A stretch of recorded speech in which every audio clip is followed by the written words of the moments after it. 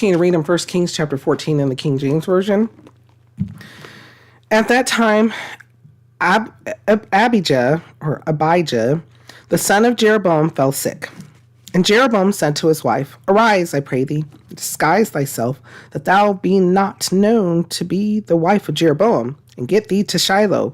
Behold, there is Ahijah, the prophet, which told me that I should be king over this people. And take with thee 10 loaves and cracknels and a cruse of honey, and go to him. He shall tell thee what shall become of the child." And Jeroboam's wife did so, and arose, and went to Shiloh, and came to the house of Ahijah. But Ahijah could not see, for his eyes were set by reason of his age.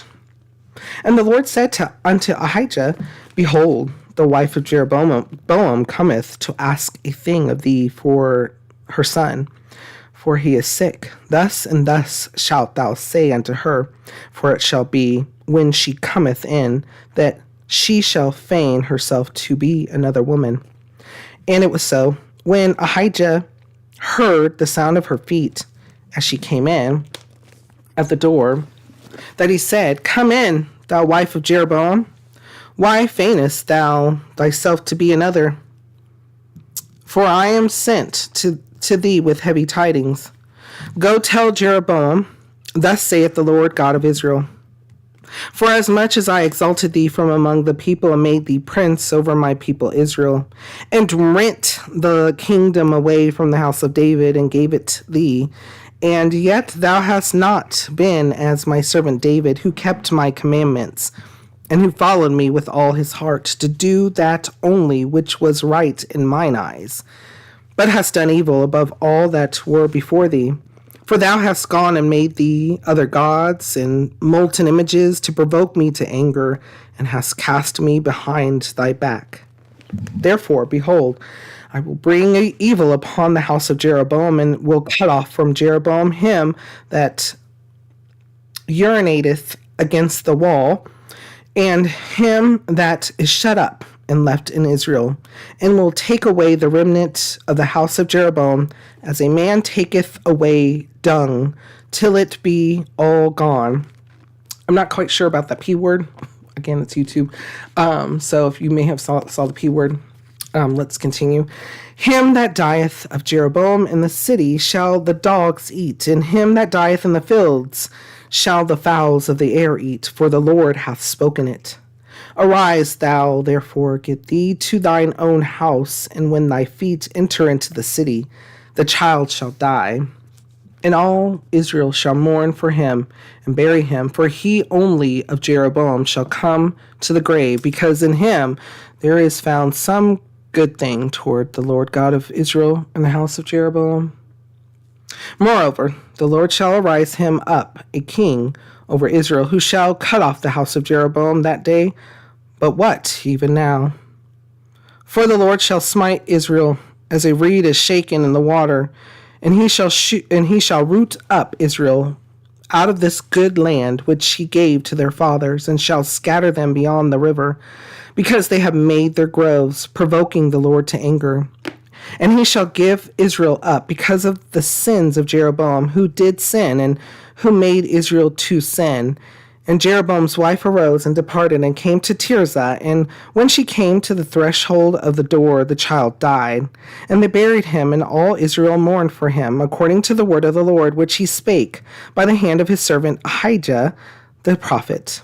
And the rest of the acts of Jeroboam, how he warred and how he reigned, behold, they are written in the book of the Chronicles of the kings of Israel. And the days which Jeroboam reigned were 22 years, and he slept with his fathers, and Nadab his son reigned in his stead.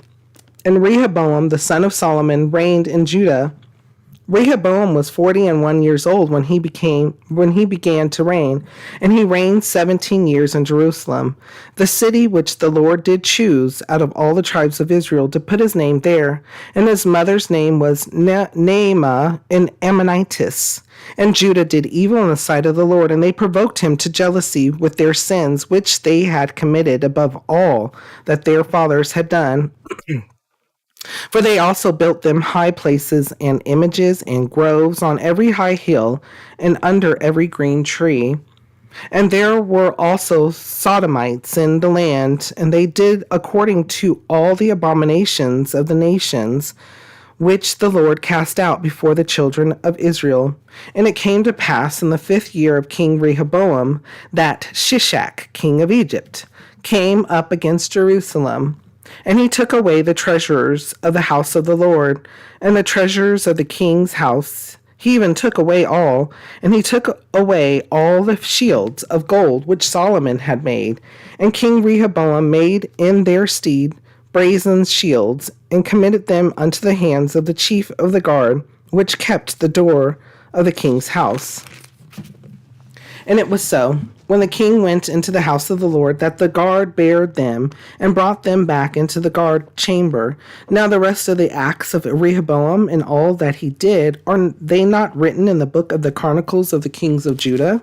And there was war between Rehoboam and Jeroboam all their days. And Rehoboam slept with his fathers, and was buried with his fathers in the city of David. And his mother's name was Naamah in Ammonitis.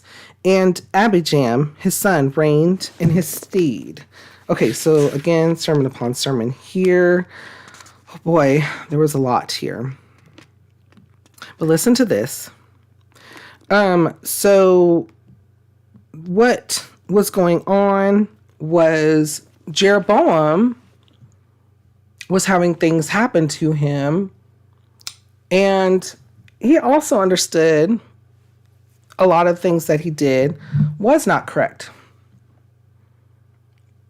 But he still turned to the Lord. Listen to this. This is amazing, right?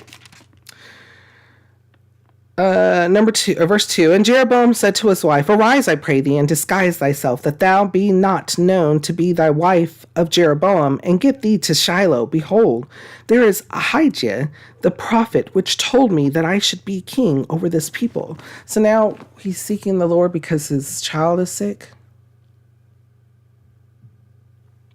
You never know a person. Here's Jeroboam. He was told by the prophet that he would be king over part of Israel. Not all, but he would be in what to do. Follow the Lord's commandments, and he would be blessed. Because this is happening because it has to. It has to happen because there are consequences. Instead, Jeroboam takes the kingdom and starts fearing the loss of power and authority, thinking that maybe this is only temporary. And even if it was, but no matter what, forcing things, thinking, oh no, I don't need them to go back and worship the Lord. They need to worship the Lord here. So I'm going to make an image and say that this is God. Knowing that that's not correct, but fearing the loss of power. And then when things turn bad, seeking the Lord, but not necessarily seeking the Lord fully, like, I'm not going to worship these other things. I'm not going to continue to do things that are against the commandments, but I'm doing it for my convenience. Sound familiar? It's a lot. It's a lot there. Bringing past to present. Is the Lord utilized as a convenience? Do we sometimes say, you know what, I wish I could go and I wish I could do this. And I mean, speaking to the crowd right now, even at times myself, I'm like, gosh, I want to be more assisting. I want to help out in the community. I've done things. I've done things in my past, but I want to be able to get back to those things. Or is it even more so? Like, I don't worship together with anybody. I know Christ in my heart, right? That's enough, right? Not questioning one's faith, but as in, if you've been with us through the book of James, questioning, are we utilizing the Lord, but only utilizing him as a convenience? Before we go on, though, what kind of thoughts or feelings come to your mind when we read over this? How does it make you feel and what does it make you think?